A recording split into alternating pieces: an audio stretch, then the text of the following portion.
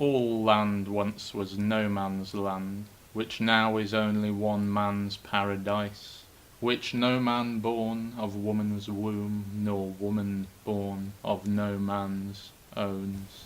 I'm going to... So Cro-Magnon wed Neanderthal. Refugia from... I'm going to stop Refugia you there, from actually. thawing Stop. ice. Stop. You're not answering the question.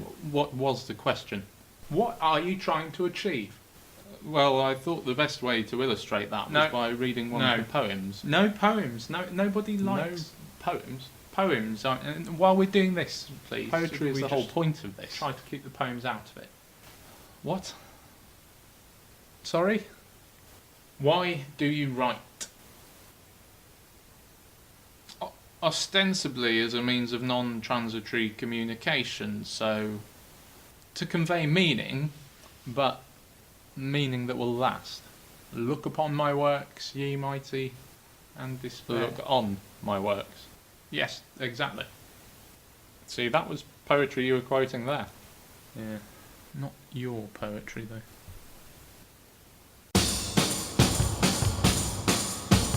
So tell us a bit about your new book. Books. Your new book. New books. I've written 2. 2? Yes. Why? Why not?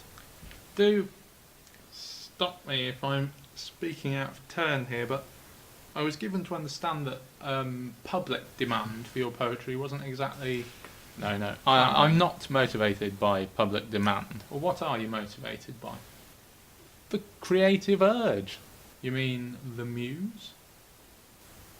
Well, if you want to personify the creative urge as a collection of classical female deities, which I don't, then yes. So, tell us a bit about your new books. My new books are volumes 3 and 4 in the Alexander Velky Has Doubts series of poetry books, published by my imprint Doubtist Books. Doubtist Books. And does one need to have read volumes 1 and 2 to appreciate? Well, no, one doesn't need to have read any of them. One doesn't need to have read any of them? Well, no, not at all. But my point was that they don't follow a narrative arc. What do they follow then, as such? I'm not finding these questions very helpful. Why don't you interview yourself then?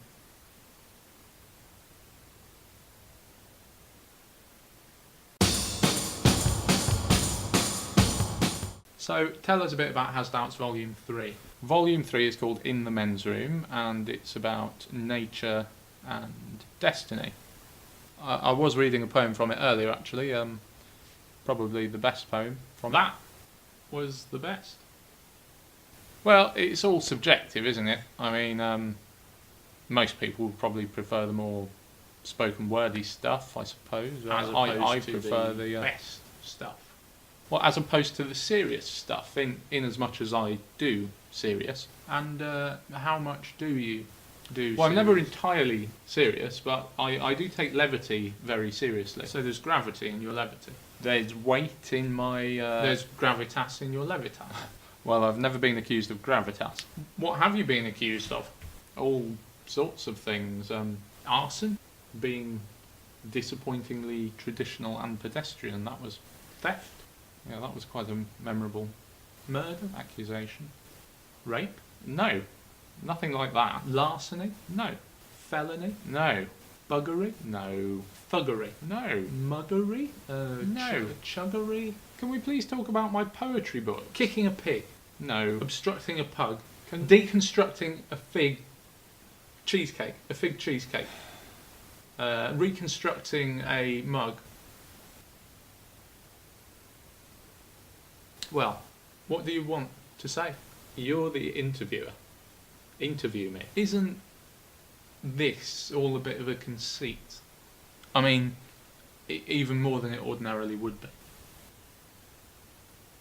How am I supposed to answer that? So, tell us a bit about Has Doubts Volume 4. Is that it? We've finished within the men's room then. Okay, so what's the first book about? Has Doubts Volume 1? No, the first new one, the men's room. In the men's room is an exploration of the relationship between nature and destiny, with a specific focus on mankind, in the sense of humanity, but also in the sense of the universal he, where the male sex acts as a proxy for humanity by virtue of the disproportionate influence it has had on shaping our abstract social constructs and our actual physical habitats. Is it any good? Some of it is. It's not all poems about how men are evil, but some of it is about that. No. One rather long poem might seem to be about that, but it's really supposed to be a question about how much we ought to be doing battle with nature in order to alter our destiny in light of our ever-shifting moral universe. And how much should we? I don't know. Be doing that. I don't know. I really don't know. And a lot of the poems are about that. You know, about not knowing but wanting to explore ideas of what is known and knowable, often using false pretenses of certainty to express the most profound doubt. Profound doubt? Well, profound doubts. I always say that the poems themselves are the doubts that I have. You do you? And what else do you have doubts about in this book? Apart from men. Women, I think, perhaps.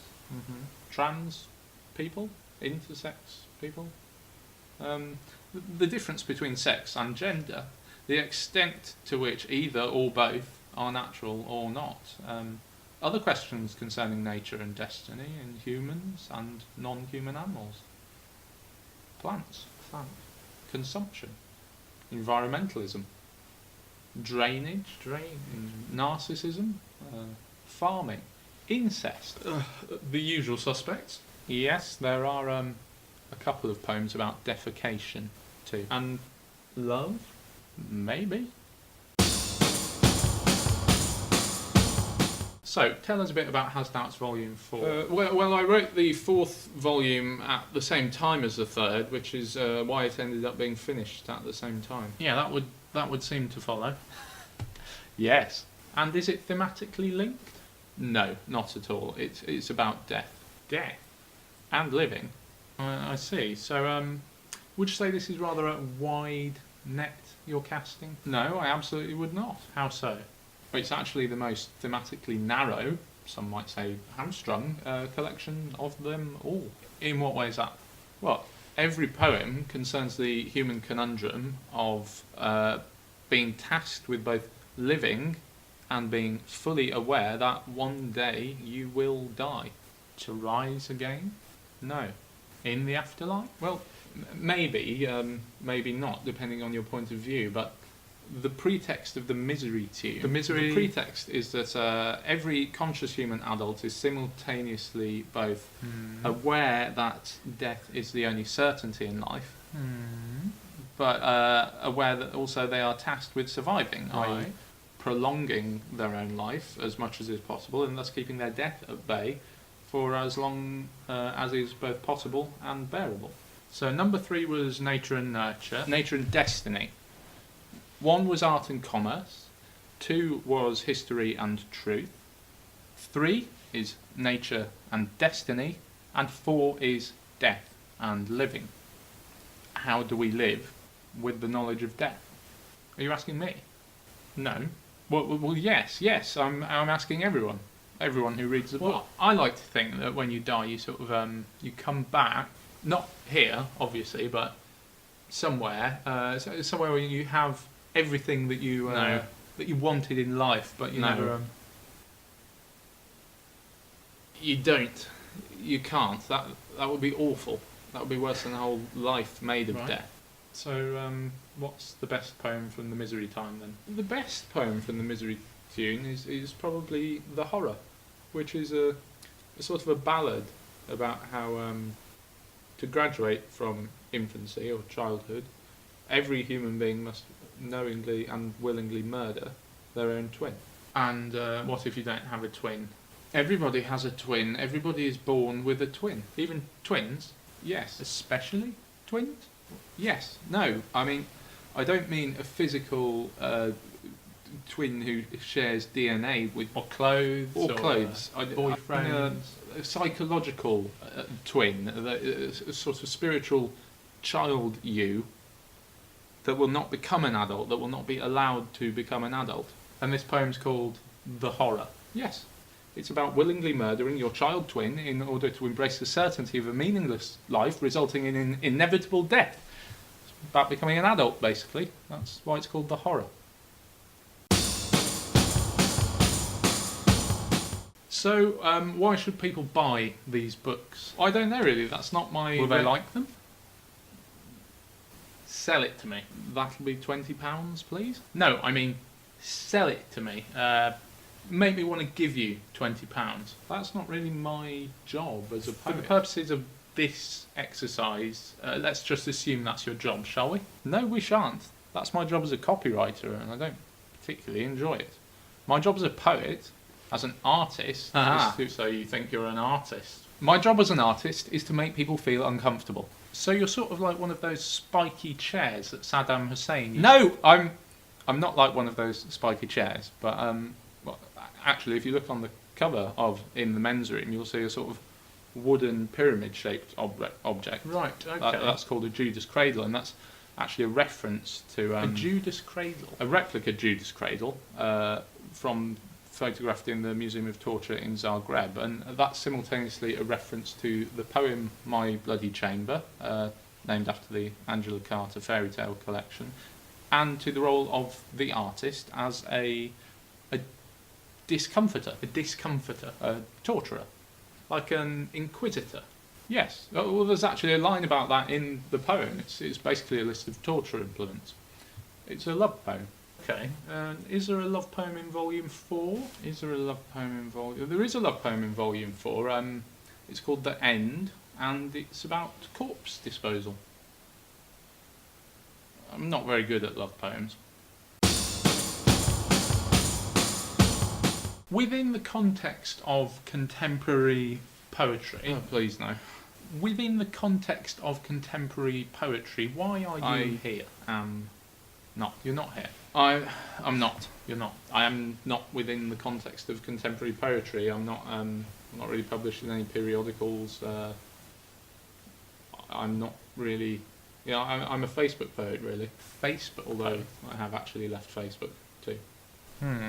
My main poetic context is in posting sort of half-finished poems I've written on my phone while I'm supposed to be looking after my kids, or I've taken them swimming or something, on Facebook to indifferent audiences of people who prefer, cod philosophical memes, baby pictures, political opinions they already agree with, that sort of thing. And why is that then? I don't know. It's not really what I had in mind. My art is kind of a foot soldier, really, in the grand war of corporate data harvesting. A foot soldier?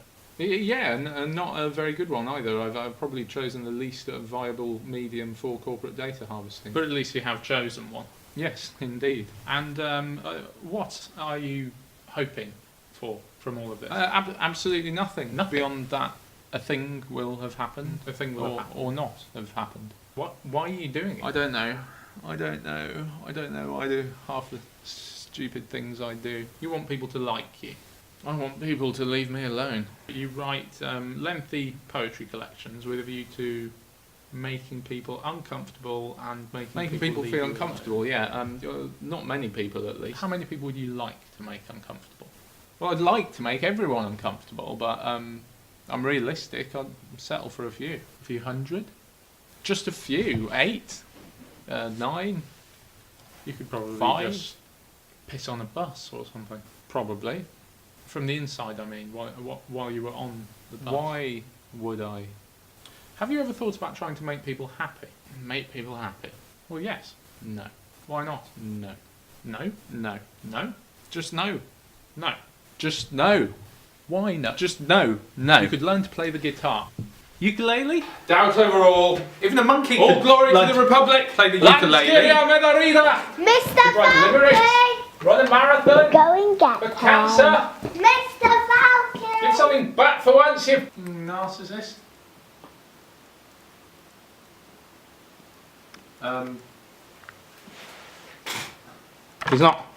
He's not coming back, is he?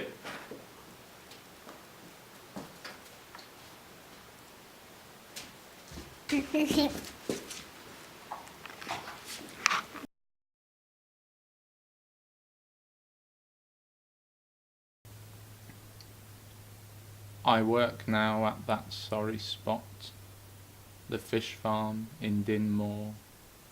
I gut the fish, I pack the fish, I wash the fish farm floor.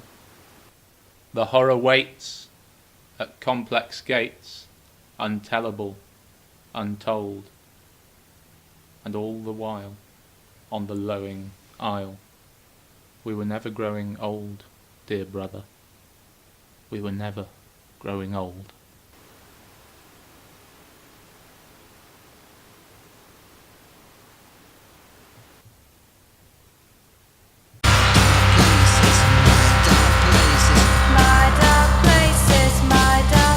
No, it's our dark places, our dark places.